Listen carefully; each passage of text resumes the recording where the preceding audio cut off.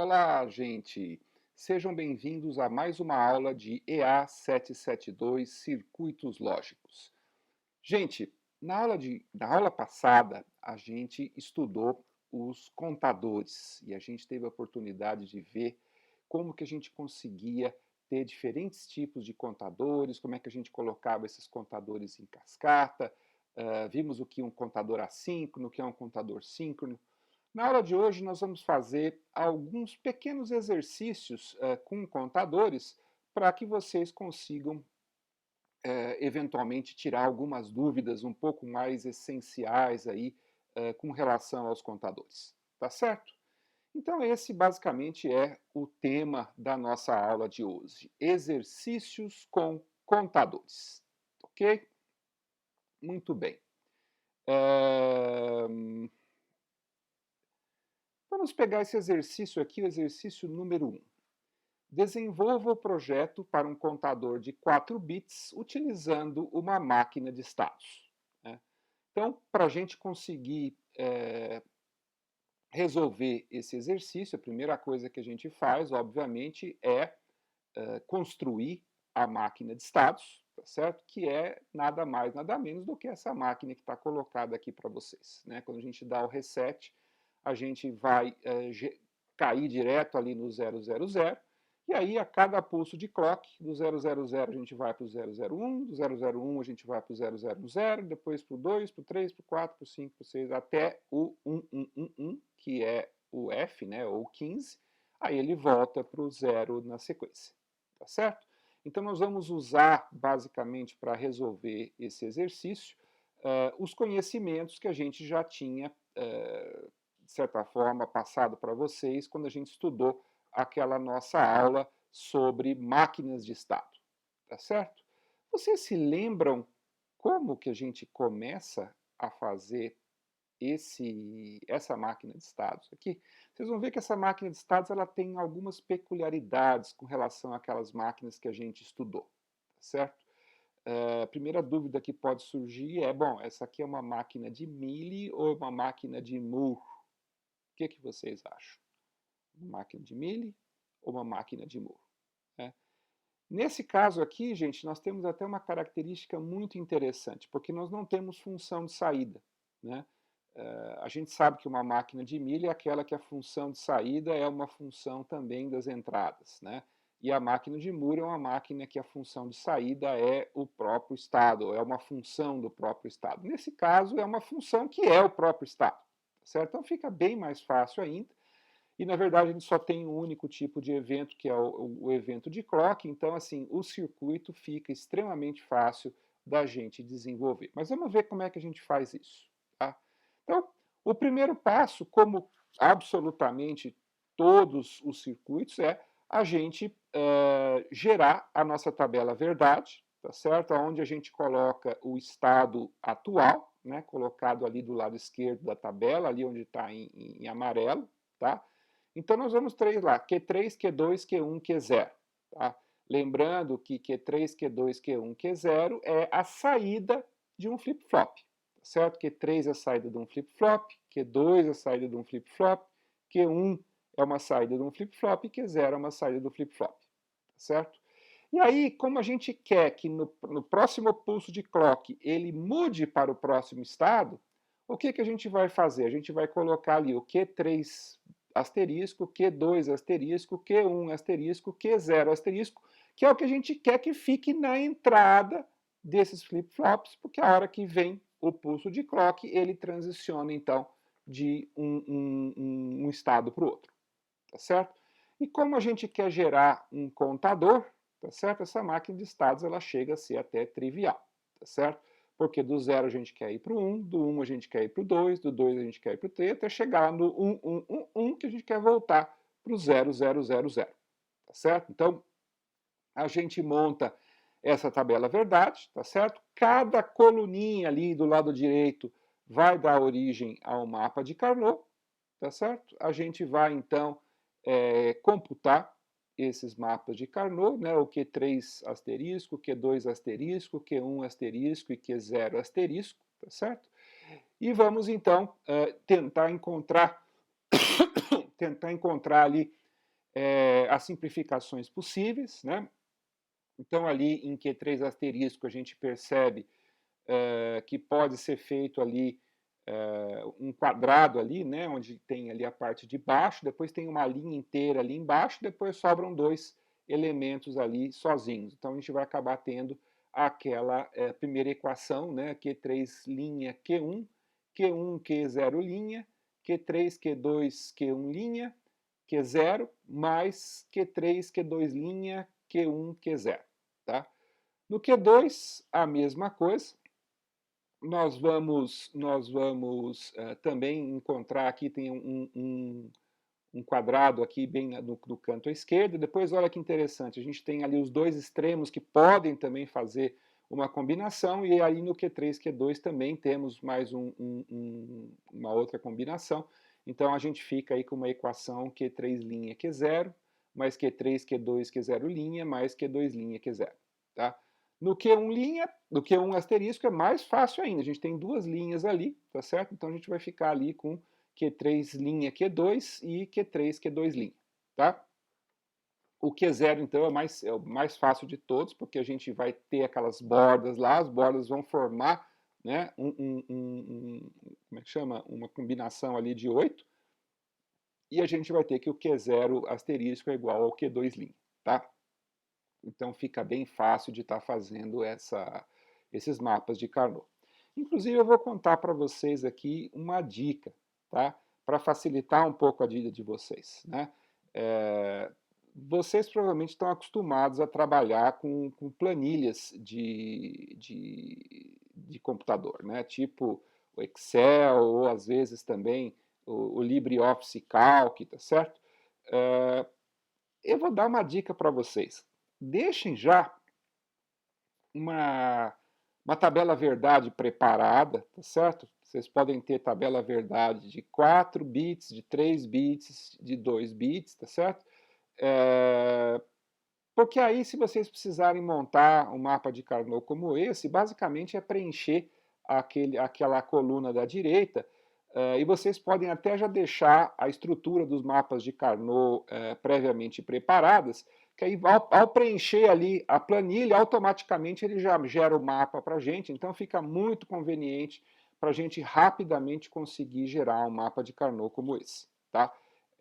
Provavelmente vocês vão estar fazendo exercícios, vão demandar fazer alguma coisa desse tipo. Né? Aqui eu consegui, por exemplo, gerar esses mapas de Carnot bem rapidinho, porque eu já tinha essas planilhas lá devidamente preparadas, a gente só tem que ir lá modificar, pronto, já está gerada a nova planilha, tá certo? Então, fica a dica aqui para vocês eventualmente se prepararem para um testinho aí e estarem tendo facilidade de estar preenchendo o mapa de Carnot e calculando essas equações algébricas para gerar o circuito, tá certo? Então fica essa dica aqui.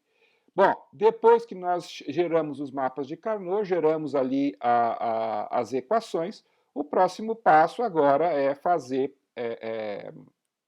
o circuito. Né? De novo, vocês vão ver que esse circuito ele é mais ou menos com a mesma cara. Né? Então, se vocês forem ver ali, olha, o Q3 asterisco, eu vou ter ali dois ends de 2 e dois ends de 4, tá certo? Então, ó, aqui nós temos aqui dois ends de 2, dois ends de 4, e a gente simplesmente puxa ali para pegar os elementos corretos ali daquele nosso barramento. É a melhor maneira de fazer, porque rapidamente a gente consegue, inclusive, já deixar um circuitinho desse ali mais ou menos preparado, só tem que puxar as coisinhas ali e já rapidamente gera o circuito também aqui, tá? Então nós temos aqui o Q3 asterisco, temos o Q2 asterisco, que basicamente também é aquela equação, temos o Q1 asterisco, e o Q0 asterisco é quase que trivial, é quase que basicamente pegar ali o Q2 barra, tá certo?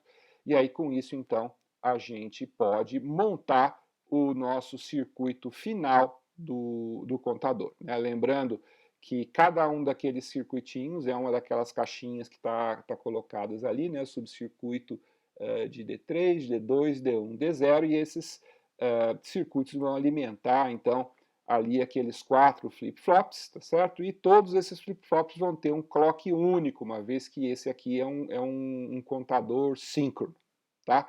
Então, se vocês forem olhar o circuito final desse contador, ele tem apenas uma entrada, que é o clock, tá certo? E eu vou ter ali as 4 saídas, que são os 4 bits do nosso contador, tá certo? Então, esse aqui seria o circuito do nosso contador, que é o resultado aí do nosso exercício número 1. Tá certo? Legal. Fácil, né? Não tem nada de extraordinário. A gente basicamente tem que imaginar uma máquina de estados e a gente coloca essa máquina de estados ali, gera o circuito combinacional e acaba gerando o circuito. Vocês vão ver que a maioria dos circuitos sequenciais seguem basicamente esse procedimento. Aqui, na aula de hoje, vocês vão ver diversos exercícios em que nós vamos fazer mais ou menos a mesma coisa. Tá certo? Mas na prática, dificilmente a gente vai ter um circuito como esse, só com o clock na entrada e os 4 valores da saída. Por quê? Porque um contador como esse, ele não é tão útil para a gente. Porque, veja, se você estiver no meio de uma contagem, como que você faz para começar a contagem de novo? Você é obrigado a ir até o fim para poder voltar de novo. Então, esse circuito aqui, apesar de ser a base de qualquer circuito contador, ele sozinho não é tão interessante assim, tá? Porque a gente precisaria de algumas coisinhas a mais para tornar esse circuito um circuito contador mais interessante. E vocês vão ver que é exatamente isso que nós vamos fazer aqui nos próximos exercícios, né? Então vamos começar agora com o exercício número 2. Né? Vocês vão ver que esse exercício aqui, nós vamos ir melhorando aquele nosso contador na sequência dos exercícios aqui, tá? Vamos ver como é que funciona o exercício número 2. Modifique o circuito anterior para permitir a carga paralela de valores quando uma entrada load, né, LD, tiver valor 0 e a contagem normal quando a entrada LD tiver valor 1. Né? E a carga paralela deve ser síncrona com o clock. Isso é importante, né? A gente tem que especificar se ela vai entrar de maneira síncrona, todos eles ao mesmo tempo, ou se eles vão estar entrando de maneira assíncrona em instantes diferentes. Nesse caso aqui, nós estamos especificando que ela deve ser carregada de maneira assíncrona. Tá? Vamos tentar entender o que a gente está pedindo aqui para vocês. Né? Acabei de falar para vocês que aquele contador que a gente resolveu ali no exercício 1, ele não é um contador tão útil assim para a gente. Por quê? Porque eu posso chegar no meio da contagem e eu queria reinicializar essa contagem e não tenho como reinicializar essa contagem. Né? Nesse exercício, nós vamos então agora melhorar aquele nosso circuito original que nós tínhamos feito no exercício 1 para conseguir fazer a carga paralela. O que significa fazer a carga paralela? Significa que em qualquer instante, aonde eu estiver na minha contagem, eu posso pular para um valor conhecido ou desejado, né, aonde eu quero que o meu contador pule para aquele lugar, tá certo? E para que isso aconteça, a gente vai usar essa entrada adicional que nós estamos especificando aqui no nosso contador, que é a entrada load, que ele deve carregar esse número adicional quando o load estiver igual a 0, e quando o load estiver igual a 1, ele simplesmente vai contar normalmente como ele sempre estaria contando. Tá certo? E aí surge a pergunta, né? Como é que a gente faz isso? Né? Para atender essa especificação, a gente vai ver que a gente pode usar um multiplexador. Vocês lembram lá da aula de multiplexador? Então, agora as coisas vão começar a se encaixar. Né? Codificadores, multiplexadores, com contadores, e nós vamos ir criando cada vez uns circuitinhos mais interessantes. Mas vamos ver como é que a gente usa um multiplexador aqui para nos ajudar com o carregamento de um valor no nosso contador. Né? Primeiro vamos fazer o projeto desse multiplexador. Né? Basicamente a gente sabe que um multiplexador é um circuito seletor, tá certo? eu vou ter duas entradas de 1 bit, tá? A entrada E1 e a entrada E2, e eu vou usar o meu seletor adotando a seguinte convenção. Se o seletor estiver em 0, eu vou passar, então, o valor de E1 para a saída. Tá? Se o seletor estiver em 1, eu vou passar o valor de E2 para a saída. Então, se vocês verem aí essa tabela verdade, vocês vão ver ali que o S, para um seletor de 0, ele copia a coluna E1, e para um seletor de 1, ele copia a coluna do E2. O resultado ali é aquele S. Tá? A gente pega esse circuitinho aqui, essa tabela verdade, faz ali o mapa de Carnot, fazemos as simplificações, conseguimos gerar ali a nossa equação, né? S é igual a cell barra end E1 mais cell end E2, tá certo? E aí, o circuitinho resultante, basicamente, é esse circuitinho que está colocado aí, certo? Tem, então, um seletor, o E1 e o E2. O seletor, quando for 0, seleciona E1, quando for 1, ele seleciona E2, certo? E a gente pode, então, usar aquela caixinha que está colocada ali no lado direito, lá embaixo, para poder colocar esses meus seletores, certo? Está usando isso dentro do meu circuito. Tá, legal, mas como que eu uso isso aqui agora, né?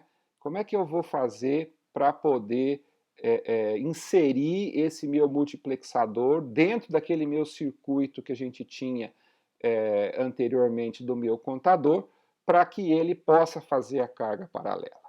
Ah, muito bem. Não é tão difícil assim, mas também não é tão óbvio assim. A gente teria que pensar um pouquinho para ver como que a gente estaria usando esse multiplexador para poder fazer a carga paralela, tá? Mas, na verdade, não tem muito mistério, tá certo? Vocês se lembram que a gente tinha ali os nossos 4 flip-flops e a gente tinha aqueles circuitinhos, né, o submódulo de D3, submódulo de D2, submódulo de D1, submódulo de D0, e eles estavam alimentando a entrada dos flip-flops, tá? Qual que é a mágica que a gente faz? A mágica que a gente faz é relativamente simples. Nós não estamos acrescentando ali um circuito seletor. Para cada um dos bits de cada um dos flip-flops, nós vamos selecionar. Ou a gente aproveita a saída daquele subcircuito, né, que basicamente vai calcular qual que é o próximo da contagem, tá certo? Ou a gente vai pegar o quê? Vai pegar uma entrada que está sendo oferecida aqui nesse nosso circuito, tá? O resultado é esse circuito que vocês estão vendo aqui, certo? A gente acrescentou 4 novas entradas, né? Aqui nesse caso I3, I2, I1 e I0, e acrescentamos também aquela entrada load, tá? Então observem que o load ele vai entrar no seletor de cada um dos multiplexadores, ó, os multiplexadores ficaram ali no meio, e esses multiplexadores eles simplesmente chaveiam entre um e outro, né? Então, se eu coloquei o seletor em 0, ele coloca a entrada E1. Se ele colocar o seletor em 1, ele vai pegar o que vem do próprio contador, tá certo? O próximo número da contagem, e vai enviar isso lá para o meu flip-flop. O resultado final qual é? Quando o meu load for igual a 0, eu estou inserindo um novo valor completamente diferente no meu flip-flop, tá?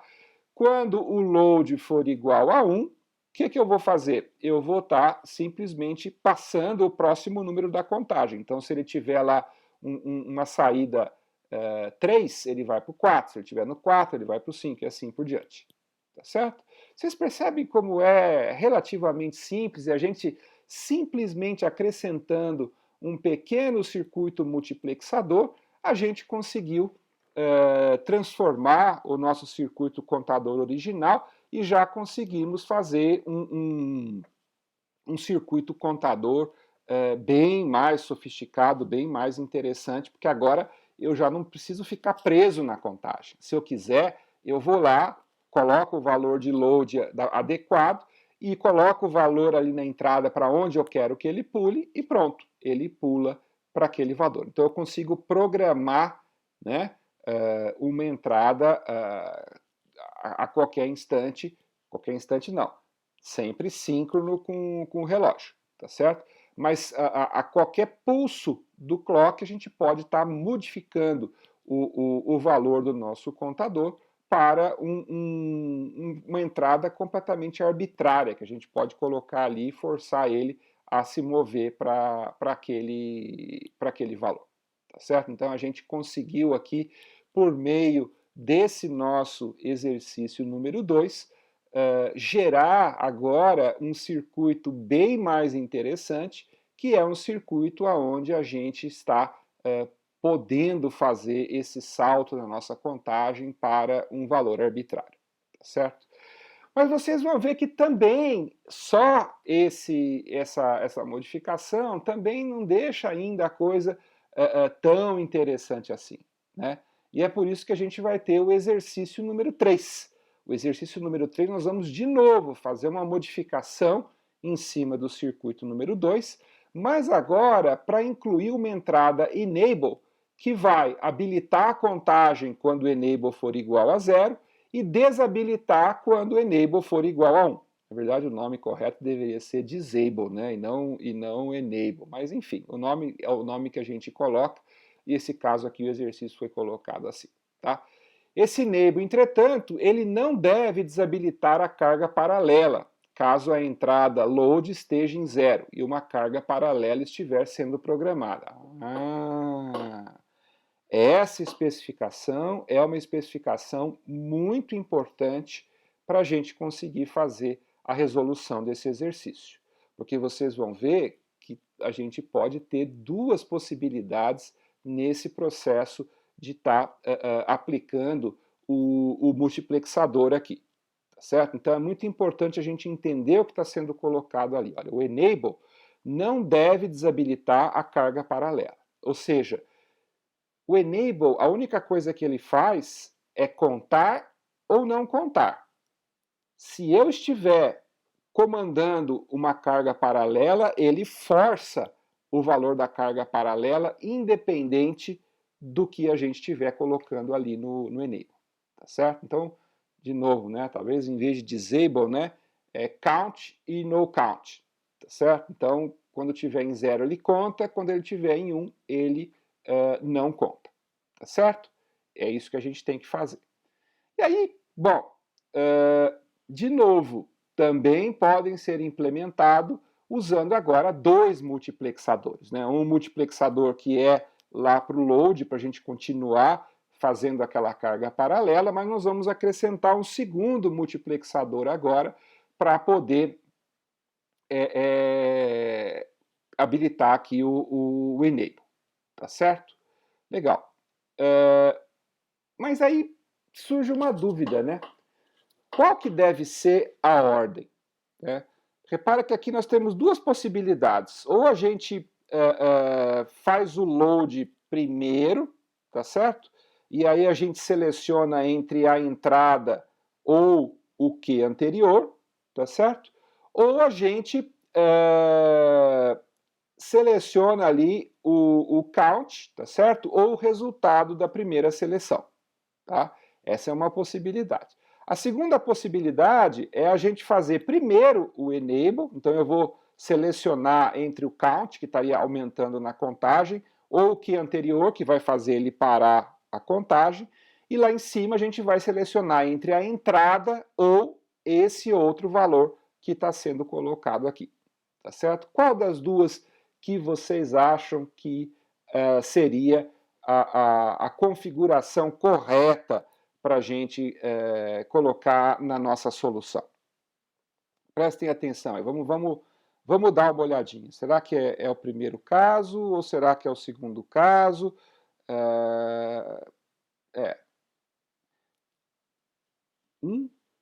Primeiro ou segundo?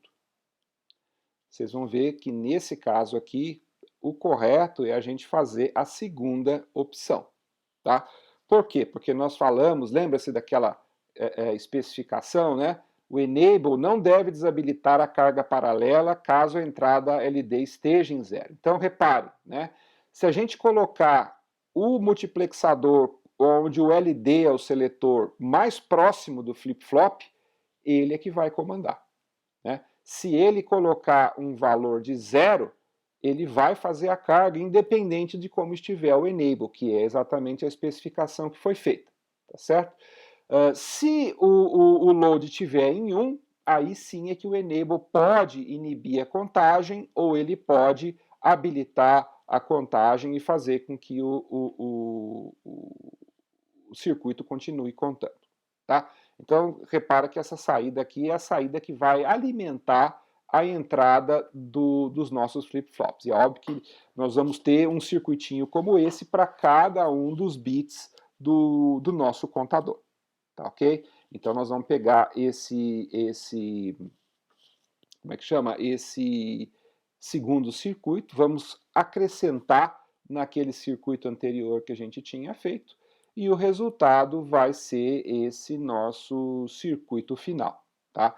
Então reparem agora que a gente tem, além do load e das 4 entradas, nós temos ali um enable ali em cima, tá certo? E esse enable, então, ele vai ser aplicado em um primeiro multiplexador, que vai selecionar entre o que está gerando a contagem ou o que está vindo do estado anterior.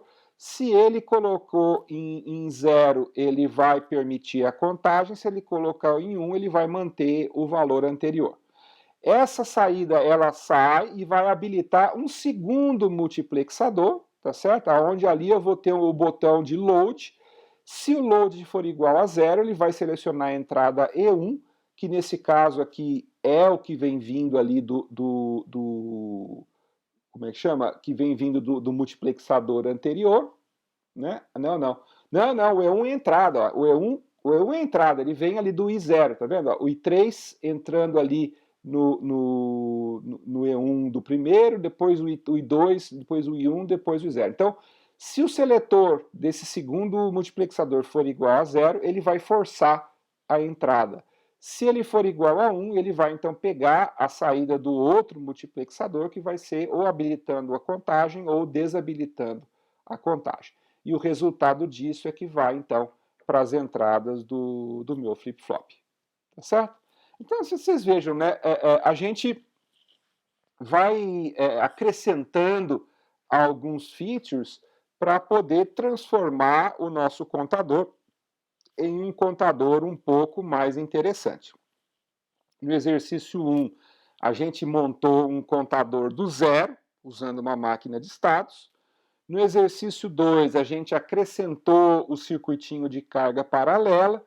Nesse exercício 3, a gente então acrescentou agora o enable da contagem, que vai habilitar a contagem ou desabilitar a contagem, tá certo? E aí nós vemos que o circuito final aqui, que é o resultado desse nosso exercício 3, já é um circuito um pouquinho mais sofisticado e talvez um pouco mais próximo de um circuito profissional de um contador, como é o 7463 ou 7461, como a gente viu aí na aula passada, tá certo? Mas a gente não está contente ainda não, nós vamos querer melhorar ainda esse nosso circuito. Por que a gente não está contente? Porque esse circuito aqui ainda é um circuito um tanto quanto limitado, porque eu não consigo fazer cascateamento de vários CIs, tá certo? Quando eu gero esse contador de 4 bits, eu tenho que me limitar a ter um contador de 4 bits. Mas vocês viram que é muito comum a gente ter entre os contadores algumas facilidades para que a gente pudesse, então, cascatear vários contadores de n bits, né, nesse caso aqui de 4 bits. A gente poderia cascatear 2, geraria um contador de 8 bits. Se quiser cascatear 3, daria um contador de 12 bits. E aí a gente pode ir aumentando quantos a gente achar que precisa para poder montar o nosso contador. Tá certo? E isso, então, vai nos remeter ao nosso exercício número 4. Reparem que esse nosso exercício 4, ele já é um pouquinho mais sofisticado e vai demandar da gente um pouquinho mais de cuidado para que a gente consiga resolver. Mas vocês vão ver que também não tem nada de muito excepcional, né? O que o exercício 4 pede para a gente? Ele vai nos dizer: acrescente no circuito do exercício 3 o sinal de saída RCO, vocês vão se lembrar lá da aula passada que eu falei que o RCO é o Ripple Carry Out, tá certo? Para que o circuito resultante permita o cascateamento de contadores para criar contadores com um número maior de bits, né? Então, qual que é a ideia desse Ripple Carry Out, né? Quando eu tiver no último número da contagem, então, no caso de um contador binário, quando eu tiver lá no 1111, esse Ripple Carry Out fica alto para dizer o seguinte: olha, contador de mais alta ordem, terminamos um ciclo, agora a contagem é com você. E aí esse contador de mais alta ordem, então, vai executar uma contagem. Ele vai executar uma contagem, esse contador de mais baixa ordem volta para zero, o circuito de cima fica parado e o circuito de baixo continua contando, tá certo? Vocês devem estar se lembrando como que a gente fazia isso lá da aula passada, tá? E aí a pergunta que fica é, bom, o que será que a gente precisa acrescentar? Será que é só o Ripple Carry Out ou será que a gente tem que fazer mais alguma coisa? Certo? E essa aqui é uma das sutilezas do nosso exercício, tá? Vamos tentar analisar aquele nosso circuitinho que a gente viu lá na aula passada. Esse circuito aqui, se vocês procurarem, ele está lá nos slides da aula passada. Vamos tentar lembrar como que a gente fazia o cascateamento. Ó, reparem que esse aqui a gente tinha algumas entradas a mais, né? Tem o ENT e o ENP. O ENT como é que chama? Que faz o enable do contador, o ENP também faz o enable, mas o ENT ele fazia aquela propagação para o RCO, tá certo? Como eu comentei com vocês. Aí, bom, nós temos ali o clear nós não temos clear ainda, a gente podia ter especificado também um exercício para criar o clear, mas não seria muito diferente do que um daqueles que a gente já fez, só que em vez de forçar um valor arbitrário, a gente forçaria um valor número zero, tá? Seria uma possibilidade também com o multiplexador. Temos o load, mas o mais importante aqui é a gente entender como é que a gente faz. Olha, o RCO, ele sai e vai entrar ali no ENT, que é o equivalente do enable aqui do 74163, tá certo?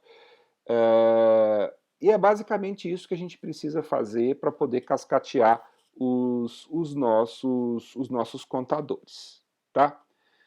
Então vamos olhar para esse circuito aqui para ver se a gente consegue responder aquela pergunta que eu passei anteriormente. Será que a gente só precisa de acrescentar o RCO ou será que a gente precisa fazer mais alguma coisa? Aqui tem também uma pequena pegadinha, uma pequena observação, eu fiz de propósito isso, tá certo? Para mostrar para vocês como a gente tem que ser cuidadoso, tem que ser cauteloso quando estiver lendo um enunciado desse tipo, porque pode ter um monte de coisinha ali que a gente não se dá conta. Por exemplo, vocês batendo o olho aqui nesse circuito aqui do 7463, o que vocês podem estar comparando esse aqui com aquele nosso contador em termos dele ser igual ou diferente, né? A gente sabe que existe essa nomenclatura que quando a gente tem uma bolinha na entrada, isso significa que a lógica dele é negativa, né? Então o clear é com lógica negativa e o load também é com lógica negativa, tá certo? Então significa que o load vai carregar alguma coisa quando eu tiver valor zero, que é o que a gente colocou lá no nosso contador que nós construímos lá do exercício 3. Mas olha o enable. Esse enable aqui não tem bolinha na entrada. Significa que esse enable é um enable de fato, tá certo? Ele vai habilitar a contagem quando o valor do enable for igual a 1 e ele vai desabilitar a contagem quando o enable for igual a 0, tá certo? Isso é um pouquinho diferente do que a gente tinha especificado no nosso contador. No nosso contador, a gente estava habilitando a contagem quando o enable era igual a 0 e estava desabilitando a contagem quando o enable era igual a 1. Ou seja, o nosso enable lá, na verdade, é como eu falei, ele é mais um disable do que um enable. E aí, gente, nós temos que entender o seguinte, olha, qual que é a lógica do cascateamento? A lógica do cascateamento é que o contador de cima, ele vai contar uma única vez para uma volta completa do contador de baixo, tá certo? E ele, então, quem faz isso é o RCO. E o RCO só fica igual a 1 uma vez só a cada ciclo. Quando a gente tem ali 1 na saída, só nessa situação que o RCO vai ser igual a 1, e só nessa situação é que ele vai dar o enable do segundo contador. Então, enquanto o primeiro contador ele conta 16 vezes, o de cima conta 1. O outro conta de novo mais 16 vezes, aí o de cima conta 1. Então, a cada ciclo completo do primeiro contador, o RCO fica 1 e habilita o segundo contador. Mas o que aconteceria com o nosso contador? Se aquele RCO é uma saída 1, e ele está entrando ali no enable, que nesse caso aqui é um enable mesmo, nós temos que fazer alguma coisa lá com o nosso contador. Não vai dar para fazer essa conexão direta, como simplesmente acrescentando o RCO. Tá? Nós vamos ter que, de alguma forma, compatibilizar esse nosso enable. Tá, ok? Tá aí. E aí, o que a gente faz? Né? Nós temos aqui as novas entradas, tá certo? Que basicamente são as mesmas entradas que a gente tinha na saída. Na saída nós temos as mesmas saídas que a gente tinha lá no outro circuito e tem esse RCO a mais para a gente colocar aqui. Né? E aí, como é que a gente conecta essas entradas no nosso contador antigo? Ó, esse contador de dentro aí é o nosso contador antigo. É um contador que tem enable e que tem load. Só que lembrando que o load aqui e o enable são com lógica negativa. O correto seria ter colocado uma bolinha ali também, mas essa bolinha ela é opcional, nem sempre a gente é obrigado a colocá-la. Se ela estiver lá, isso nos dá uma informação. Se ela não estiver, a gente precisa ler melhor para saber como é que é a lógica da entrada. Isso normalmente é feito com a tabela verdade, que normalmente acompanha esses contadores. Esse contador aqui, como fomos nós que construímos, ele vai ficar um pouquinho diferente. E aí, gente, o que a gente faz? Olhando para esse circuito aqui, aparentemente, algumas coisas são mais ou menos simples. Né? O clock vai no clock, o load vai no load, os is vão nos is e os qs vão nos qs. A dúvida que fica é o enable e o RCO.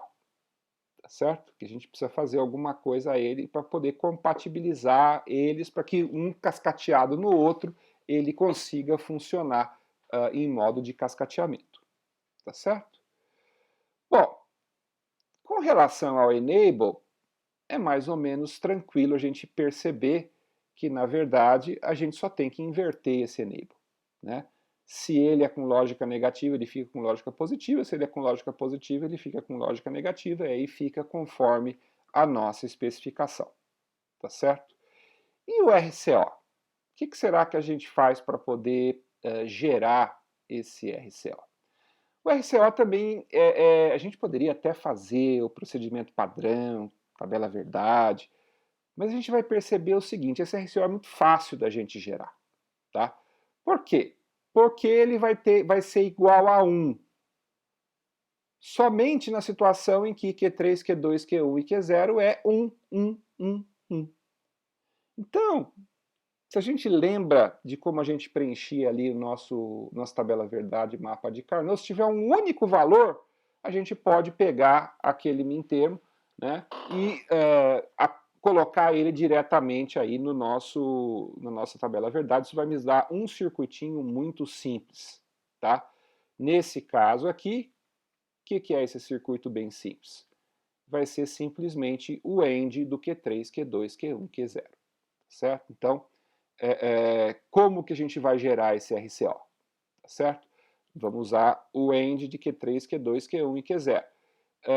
E o Enable a gente vai precisar ajustar a polaridade correta para poder fazer o cascateamento, e o resultado é, aparentemente, esse circuito aqui, tá certo? Então a gente simplesmente introduziu uma negação ali na entrada do Enable, então o Enable agora do novo circuito, ele já tem lógica positiva e não lógica negativa como o Enable do contador anterior, e na saída a gente gera o RCO fazendo o AND do Q3, Q2, Q1 e Q0. E aí fica a pergunta, será que é assim? O que vocês acham? Vocês olhando aqui o circuito e olhando a descrição que eu comentei com vocês até agora do que a gente quer fazer, quer cascatear esse nosso circuito, a gente quer saber, será que isso que a gente fez aqui realmente funciona? Aparentemente deve funcionar. Mas vamos tentar tirar a prova, né? Vamos tentar ver, tá certo? Será que vai funcionar desse jeito que a gente colocou? Vamos lá. Cascateamos então aqui dois desses nossos circuitinhos, tá certo? Observe aí que o load ele é passado igual para os dois, porque eu quero carregar os dois simultaneamente, agora um contador de 8 bits sendo montado a partir do cascateamento de dois contadores de 4 bits, tá certo? Então o clock vai ser o mesmo para os dois e o load vai ser o mesmo para os dois, porque a gente quer que ele carregue o valor completo ali, independente ou não do enable. E o enable mesmo vai entrar só no primeiro. Por quê? Porque o enable do segundo vai sair ali do RCO, tá certo? Vai realimentar o enable, o que significa o seguinte, enquanto o contador de baixo está contando, o de cima fica parado. Mas ele fica guardando o valor anterior. E quando ele chega lá, 1, nesse único instante ele conta. Aí o de baixo volta para 0, 0, 0, 0, né? O enable volta para 0, o de cima fica parado de novo até que o de baixo dê mais uma contagem completa. E só aí, então, é que o de cima volta a contar de novo. Tá? Aparentemente, tudo parece nos levar a crer que o circuito funciona. Tá certo? Vamos tentar imaginar que vocês são engenheiros, esse problema foi passado aqui para vocês. O que vocês fariam numa situação como essa? Né? O procedimento mais óbvio é, bom, vamos testar esse negócio, vamos ver se ele de fato ele está funcionando como deve, tá certo? Então vamos começar a fazer uma contagem aqui, né? Vamos começar a contar ali embaixo, 0, 1, tal, e vamos imaginar que a nossa contagem parou nesse ponto aqui, que é o ponto onde eu quero verificar o que acontece quando ele chega ali no 1, 1, 1, 1, tá? Então, a gente não chegou ainda no 1, 1, 1, 1. Eu estou ali com 1, 1, 1, 0. Como a saída do RCO ela é o AND dos 4, por enquanto, ó, o enable ali de cima está em 0, tá certo? Isso significa o quê? Que quando vier o pulso de clock, o contador de baixo vai incrementar, mas em cima, como eu tenho 0 no enable, ele vai desabilitar a contagem, ele vai permanecer ali o 0, 0, 0, 0, e eu vou pular então para o 1, 1, 1, 1. Tá ok? Vamos aplicar o pulso de clock e vamos ver o que acontece. Ó, exatamente o que a gente falou que aconteceria, certo? Ele vai ficar ali com 1, 1, 1, 1. Então ele contou 1, ele estava no 1, 1, 1, 0, contou, foi para 1, 1, 1, 1. E aí, o que aconteceu? Aí começa a nossa mágica, né? O RCO vai ser o AND desses 4, o AND dos 4 vai ser 1, e aí o 1 vai para o enable ali de cima. Isso significa que agora, aquele contador de cima, no próximo pulso de clock, ele vai contar junto com o de baixo, tá certo? O que deve acontecer? O contador de cima está em 0000, como ele está habilitado, ele vai contar, quando vier o pulso do clock, os dois vão contar. Então, de 0000, ele vai para onde? Ele vai para 0001. E o de baixo, que está 1111, vai para 0000. Tá certo? Vamos ver o que acontece? Foi. Então, ó, o primeiro de cima foi para 1 e o resto foi para 0000. Funcionou como a gente esperava que ele funcionasse. Tá certo? Então, aparentemente, essa estratégia para gerar o RCO parece que está funcionando a contento. Tá certo? Legal. Mas um bom engenheiro, ele sempre fica com uma pulga atrás da orelha. Ele fala assim, mas eu não sei porquê, parece que tem alguma coisa aqui que não está 100% redondo, né? E aí, vocês sendo engenheiros, qual que seria o teste seguinte que a gente poderia estar fazendo aqui, né? Alguém poderia assim, vamos continuar a contagem, tá certo? Vamos até ficar e ver o que acontece. Mas vocês vão ver que isso também vai funcionar, certo? Eu nem coloquei aqui, mas se vocês colocarem lá, continuarem a contagem, ele vai contar ali os 8 bits certinho. E aí o engenheiro vai falar assim, então acho que estou com toda a confiança de que esse meu circuito está funcionando corretamente. Mas, de novo, o engenheiro fala assim, eu não sei porquê, eu estou sentindo que está faltando alguma coisa aqui. E ele falaria assim, vamos fazer um novo teste. E vocês olhando aqui para esse circuito, como que poderia ser um novo teste? O que vocês acham? Como que a gente poderia fazer um novo teste? Alguma sugestão? Olha para ele aí. O que vocês fariam para testar esse circuito para saber se ele está funcionando corretamente? O que dá para fazer? Está tudo aí já, professor, está funcionando, o senhor está querendo criar confusão para a gente aqui à toa, né? Tá de boa, vai lá, vai com fé que o negócio vai funcionar. Não é bem assim. Existe um teste ainda que nós não fizemos. Que teste é esse? Olha lá. Com 3. Eu não quero cascatear 2. Eu quero cascatear 3.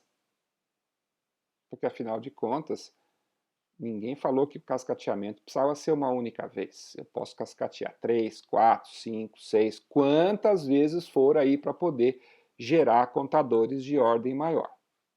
Tá certo? E vocês vão ver que o processo de cascateamento é exatamente o mesmo. A gente sai do RCO, realimenta ali no enable, o de cima sai no RCO, alimenta no enable, como deveria ser. O que vocês acham? Vai funcionar aqui? Professor, se o senhor está chamando tanto a atenção, é porque deve ter alguma coisa estranha aqui. Porque senão o senhor não ia gastar tempo para falar tanto, né, se fosse funcionar. Mas agora eu fiquei curioso. O que vai acontecer? Por que não vai funcionar? Funcionou direitinho com 2, por que com 3 poderia dar algum problema? Mas nós somos engenheiros, nós vamos realizar o teste e vamos ver o que acontece, certo? Bom, vamos pegar esse caso aqui, que já é o caso que ele já está quase no momento da virada, tá certo? Então, o primeiro ali já está no 1111 e vai vir o pulso do clock. O que vai acontecer aqui? Bom, a gente vai ter que olhar ali também os enables, né? O primeiro, como está 1111, o enable de cima foi habilitado, então o contador 2 foi habilitado, o 3 continua com 0, não foi habilitado. O que vocês acham que deve acontecer aqui? Bom, o contador de baixo vai para 0 e o de cima, o do meio, vai para 0001. Tá certo? Então aqui funcionou direitinho. E agora, quando ele foi para 0001, o segundo contador fica com 0 de enable, tá certo? Então, ele fica desabilitado e a contagem vai continuar da maneira correta ali para baixo. Tá certo? Então, em princípio, pô, professor, funcionou. Não era para funcionar? Calma, vamos continuar aqui com os nossos exercícios, tá certo? Vamos pegar agora essa situação. Tá? Vamos imaginar que eu estou aqui, lá o contador de baixo, no momento dele fazer a virada, tá certo? E o contador de cima está ali com 1110. O que vai acontecer quando chegar o pulso de clock? Eu tenho ali 1111 lá embaixo, tá certo? Isso vai então habilitar o meu RCO, que vai habilitar o contador de cima, que está 1110, tá certo? Mas 1110 ainda não é 1, então lá em cima eu estou com 0, então o contador lá do alto não vai fazer nada. O contador do meio vai contar, o contador de baixo vai contar. Então o que vai acontecer quando chegar ao pulso do clock? O 1110 vai para 1111 e o 1111 vai para 0. Tá certo? Então vamos executar o clock e exatamente o que a gente tinha,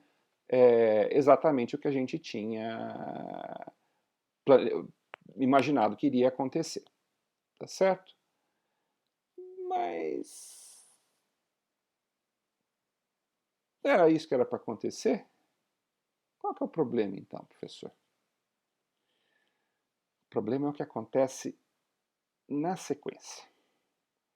O que vocês acham que deveria acontecer aqui? Tentem olhar aqui para esse circuito. O que era para acontecer?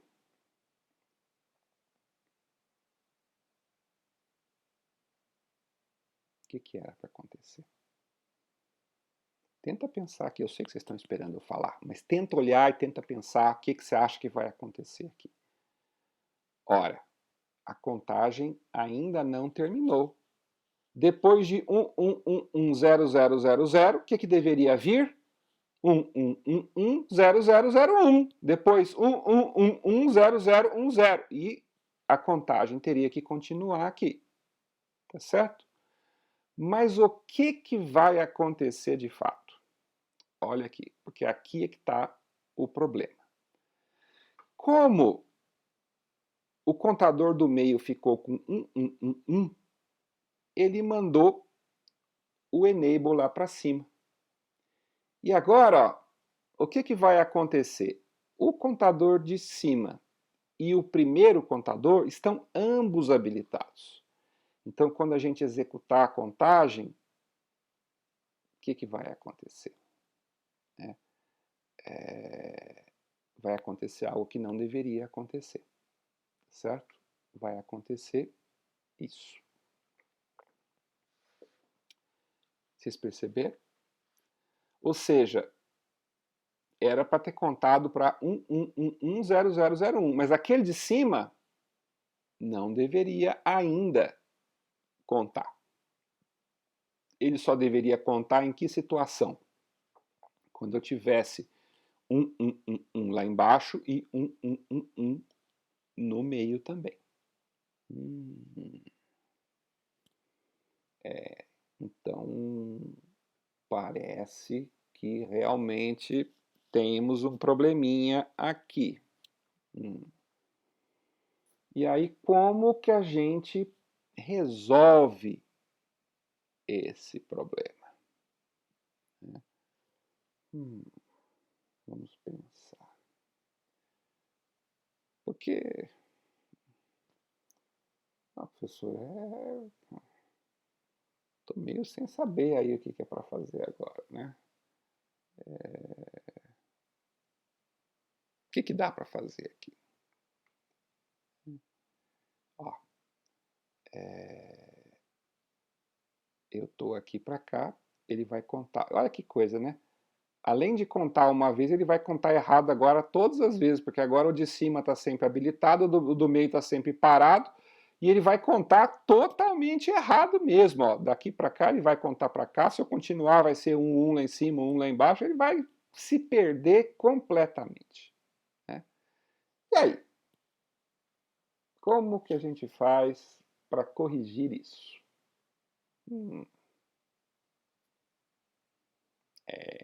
Vamos chamar os universitários, certo? Para corrigir isso, nós vamos precisar acrescentar um end a mais que não estava ali no nosso circuito original. Né?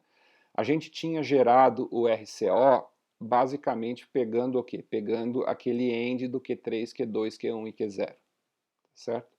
Mas é importante também fazer um end com o próprio enable, certo? Por quê? Vamos voltar aqui onde deu o problema para vocês entenderem. Né? Ó, estava aqui, tá certo? Então, até aqui está tudo em ordem. O problema aconteceu aqui. Por que aconteceu aqui? Olha lá, vamos lá. Eu cheguei a 1 na saída lá do intermediário. Mas eu estou jogando 1 ali para cima. Mas olha que interessante, e não queremos isso, porque ele vai contar errado daí para frente. Né? Mas olha, a entrada dele é 0. Então, se a gente pegasse esse 0 e fizesse um end com o Q3, Q2, Q1, Q0, a gente forçaria o RCO a ir para 0. E vocês vão ver que é exatamente isso que esse circuito faz. Esse circuito ele só vai passar o RCO para frente quando Q3, Q2, Q1 e Q0 forem igual a 1 e quando o enable também for igual a 1. Tá certo? E vocês vão perceber que é exatamente, ó, esse aqui é o caso errado, tá certo? Esse aqui é o caso certo. Por quê? Porque o enable dele, não, esse aqui não, né? Aqui não vai dar, nós vamos ter que ver isso mais para frente ali. Mas vamos ver o que acontece agora com esse circuito corrigido, com essa nova novo acréscimo que nós colocamos aqui, acrescentando um end com o próprio enable. Olha o que vai acontecer. Ó. Vou pegar aquela mesma situação que a gente tinha antes lá. Olha lá. Eu tenho ali 0 e embaixo eu tenho 1. Só que agora o RCO ele só vai sair com 1 se o enable dele também for 1. Tá certo? Então, o que vai acontecer nessa situação aqui? Olha, o enable do meio está igual a 1, o de baixo também está igual a 1, o lá de cima está igual a 0. Então, o contador de cima não conta, o contador do meio conta e o de baixo conta também. Tá certo? Qual que vai ser o resultado? Esse vai ser o resultado. E isso é a mesma coisa que tinha acontecido antes aqui. Mas eu aqui, de propósito, eu não coloquei o enable lá de cima. Porque esse enable é que é diferente, certo? Se fosse pelo circuito antigo, como eu tenho 1 ali na saída, o que deveria imaginar que a saída do RCO seria? Do jeito antigo seria 1. Mas agora, como a gente faz o end disso com o enable, o que vai sair ali do RCO? Agora vai sair 0. E como vai sair 0, o que vai acontecer? Olha, nem o primeiro lá de baixo vai contar, tá certo? Porque ele está sempre habilitado. O segundo não vai contar e o terceiro também não vai contar. Que é o que a gente esperaria. Ó, E é isso que era para acontecer, 11110001, certo? Então a gente percebe que com essa nossa correção, o nosso circuito então passou a funcionar da maneira que deveria funcionar, tá certo? Aí se eu quiser verificar, né, essa situação aqui, olha, o que vai acontecer aqui nesse instante? Aí agora ele vai ficar com 1, mas o enable dele é 1 porque o de baixo também é 1.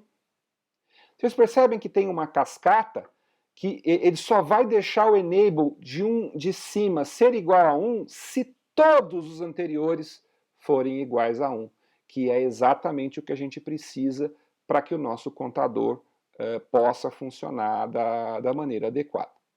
Tá certo? Então, numa situação como essa, o que deve acontecer? Olha, agora os 3 vão contar, tá certo?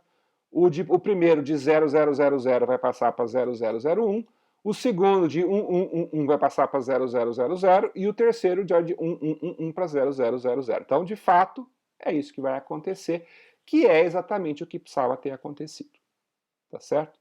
Então, a gente percebe que esse contador com o Ripple Carry Out, com essa pequena modificação, ele passa então a funcionar da maneira adequada, sendo que aquele anterior lá que a gente achou que tinha feito certo, não estava fazendo as coisas certas, tá?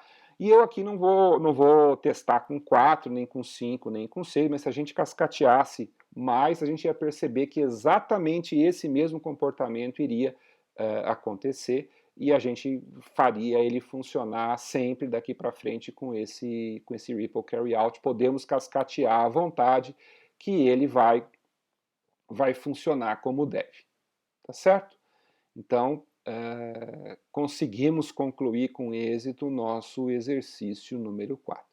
Mas veja, é importante, e eu coloquei esse exercício aqui para a gente ficar alerta com esses detalhezinhos. Agora nós estamos num momento em que qualquer coisinha a mais aqui pode nos levar para um caminho errado e o nosso raciocínio ficar tortuoso de alguma forma e o resultado não ser bem aquilo que a gente espera. Tá certo? Legal. Vamos passar aqui para um outro exercício, um exercício um pouco diferente agora. Tá certo? Exercício número 5. Utilizando um contador 74163, que é basicamente esse contador que a gente implementou ali, só a única coisa a mais que ele tem é o clear, tá certo? Então, nesse caso aqui, não vai fazer muita diferença, tá certo? Poderíamos até usar o nosso. Vamos usar o 74163, que é o padrão aí dos contadores aí de 4 bits, tá certo? E vamos ver qual que é a especificação que está sendo passada ali para a gente. Olha, utilizando um contador 74163, desenvolva um circuito que conte de 3 a 10 e depois volte para 3 e vai contar dessa forma ad infinito. Então, 3, 4, 5, 6, 7, 8, 9, 10, 3, 4, 5, 6, 7, 8, 9, 10, 3, 4, 5, 6, 7, 8, 9, 10, e assim segue adiante, tá certo? Tá. Como que vocês fariam isso daí? Olhando aqui para o problema, né? Como que a gente faz isso? O que vocês acham? O que dá para a gente fazer com 74163? Vamos pensar. O nosso 74163, ele tem enable e ele tem load n. Significa que eu posso carregar um valor arbitrário. Está me dando umas ideias de como resolver esse problema, como resolver esse exercício, né? Então, basicamente, a gente pode usar aquela entrada load n do 74163 para, quando a saída for 0, forçar uma mudança direto para o 3, tá certo? E aí ele vai do 0 para o 3, ele sempre começa no 0, então vai ter que começar no 0, tá certo? Mas a gente pode colocar ele no 3, no primeiro pulso de clock, usando o load n, tá certo? Em seguida, De 3 a 10, vamos deixar o 74163 contar normalmente. Então ele vai fazer a contagem como sempre devia acontecer. E quando chegar em 10, a gente força ele de novo pular para o 3. E aí o ciclo se repete.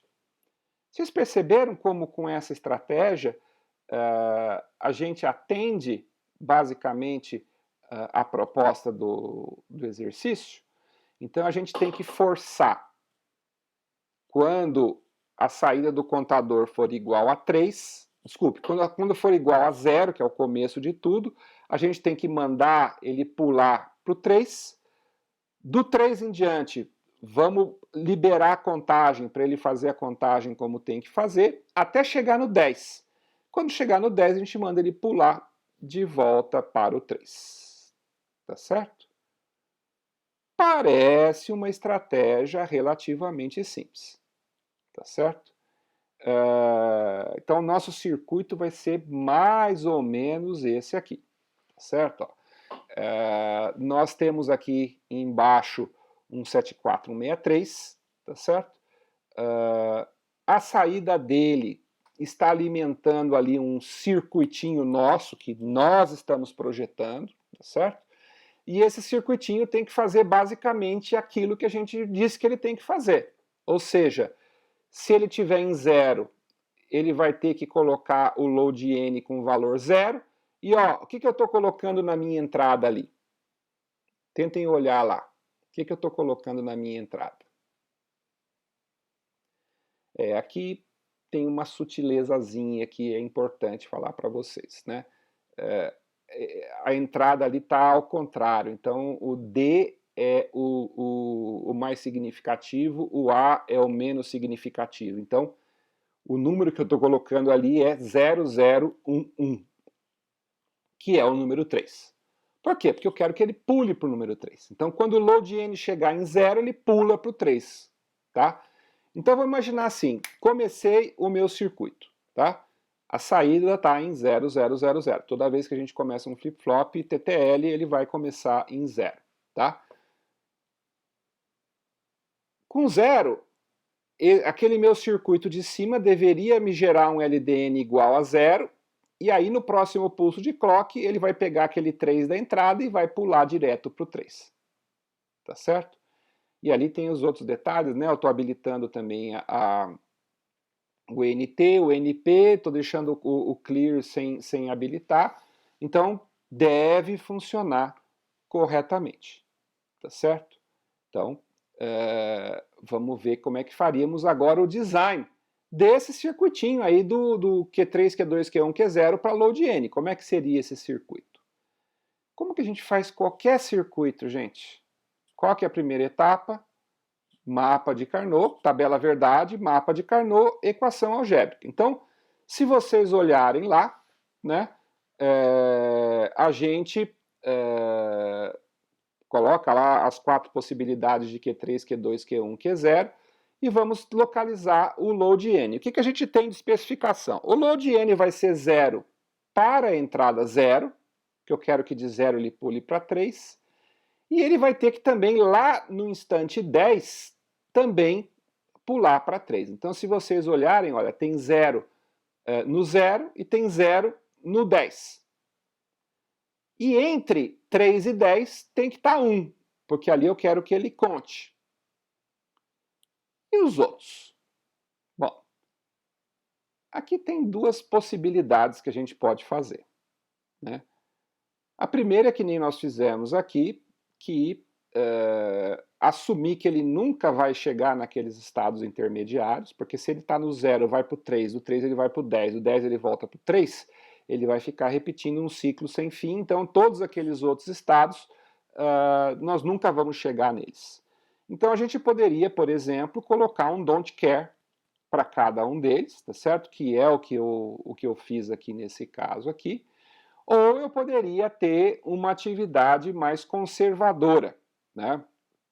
Nessa maneira mais conservadora, eu colocaria todos eles com valor 0, para em todos eles forçar o pulo para o 3. Então vamos imaginar que eu entrasse anomalamente em um desses estados que nunca deveria acontecer, ele automaticamente pularia para o 3 e dali ele continuaria, ele teria uma espécie de uma autocorreção.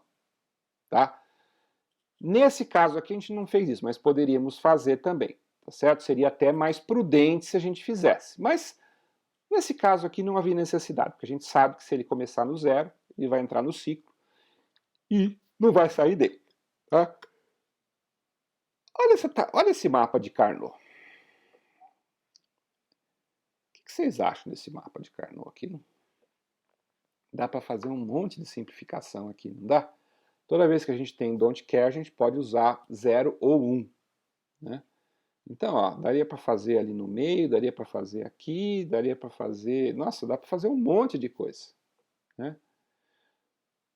Mas tem uma coisa mais fácil para fazer nesse mapa de Carnot. Porque só tem 2 casos em que eu tenho 0. Então, ao invés de eu fazer a soma de mintermos, eu posso fazer o quê? O produto de maxtermos. Tá certo? E a gente tem que tomar um certo cuidado aí para poder pegar o maxtermo correto. Tá? Então, se o mintermo, né, onde está o 0 ali, era Q3', Q2', Q1', Q0', o maxtermo dele equivalente vai ser o quê? O contrário. Então vai ser o quê? Q3 mais Q2 mais Q1 mais Q0. Tá certo? O maxtermo do Q3, Q2', Q1, Q0' vai ser o quê? Vai ser o contrário. O Q'3 mais Q2 mais o Q'1 mais Q0. Tá certo? Então a gente percebe que ficou muito bem compacto aqui, porque a gente faz um único produto, né? um produto de somas, e só tem 2 entradas aqui, fica bem fácil de fazer, não tem que fazer uma simplificação gigantesca que eu teria que fazer se eu estivesse trabalhando ali com com a soma de mintermos. Tá certo? Então é só um truque. Na verdade, o circuito logicamente vai ser equivalente, mas aqui fica um circuito menor, porque essa particularidade que só tem dois elementos com valor zero. Tá certo? Então, pegando essa equação, a gente vai montar esse circuitinho aqui. Né? Basicamente, a gente tem ali 2 ORs de 4 e um AND, né, fazendo o produto desses 2 OR, e a gente tem aqui o nosso load N, tá certo? Então, se a gente pegar esse circuitinho aqui agora e substituir naquela caixinha lá do nosso contador, o resultado seria que ele estaria fazendo a contagem da maneira que a gente espera realmente que ele faça, tá certo? Então, basicamente, essa aqui seria a resolução do nosso exercício. Tá certo? Legal. Vamos pegar um exercício um pouquinho mais complicado, mas pouca coisa mais complicada. Tá? Observe o enunciado agora desse exercício. Utilizando contadores, então não é mais um contador, são contadores 74163, desenvolva um circuito que conte de 8 a 40 e depois volte para o 8. Tá? Então, 8, 9, 10, 11, 12, 13, 14, 17, 38, 39, 40, pula de volta para o 8, 9, 10, 40, 8 e assim por diante. Tá? O problema é exatamente o mesmo que a gente já tinha feito no exercício anterior, só que ele tem um probleminha aqui. Né?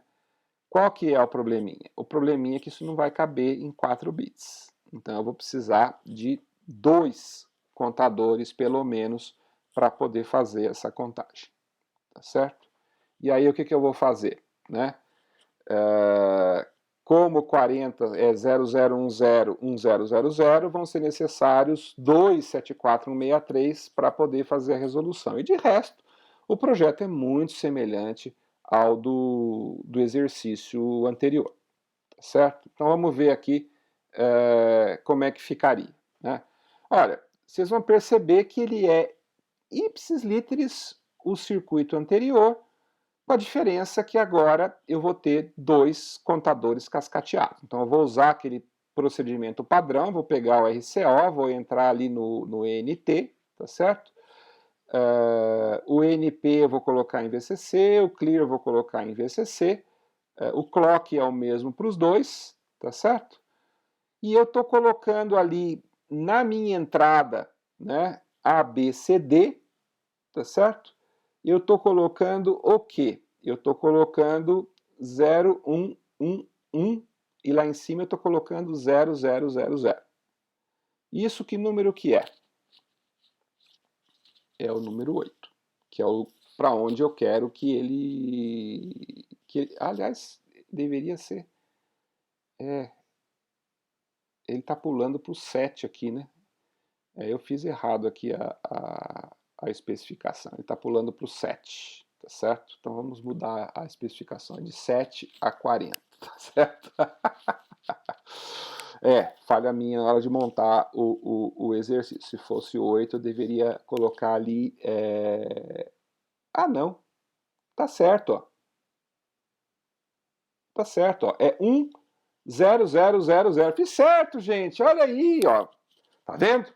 É para estar atento aí, tá certo? Ó, o D está em 1 e o C, B e A estão em 0. Então tá 1, 0, 0, 0, que é 8. Tá direitinho, eu fiz direitinho o exercício, ó. Quase que eu achei que tinha feito errado, mas tá feito certinho, tá?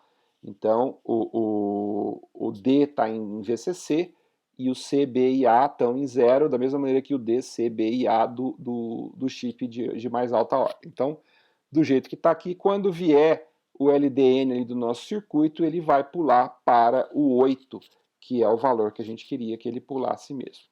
Perfeito, não tem nada de errado aqui, professor. O senhor está delirando aí de achar que tem alguma coisa de errado aqui, tá certo? E aí, como que a gente faz agora aquele circuito? Tem um detalhe aqui para vocês poderiam estar percebendo aqui também. Por que eu não usei aquele QC e QD do segundo chip? O que vocês acham? Precisaria usar ele?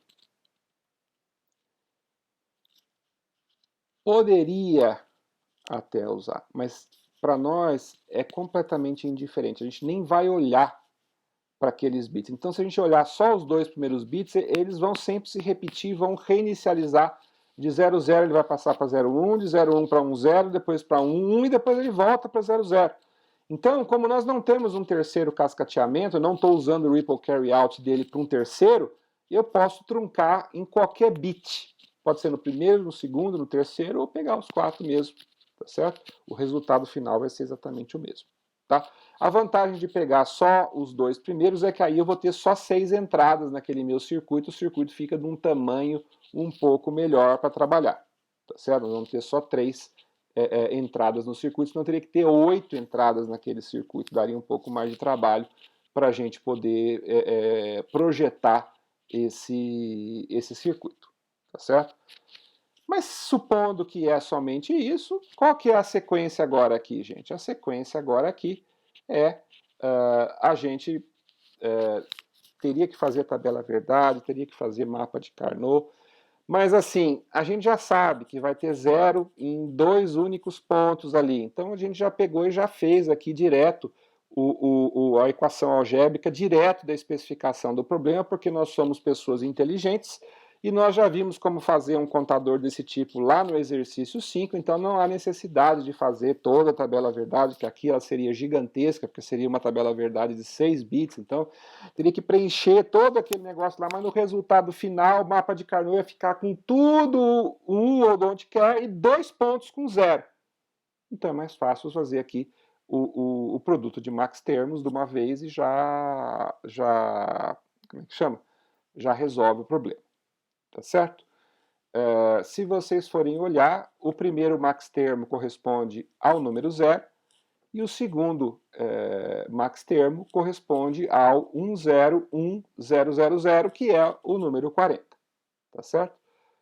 Vamos fazer as conexões ali da maneira de sempre, tá certo? Da maneira mais simples e pronto, está feito o nosso projeto do nosso circuito, tá certo?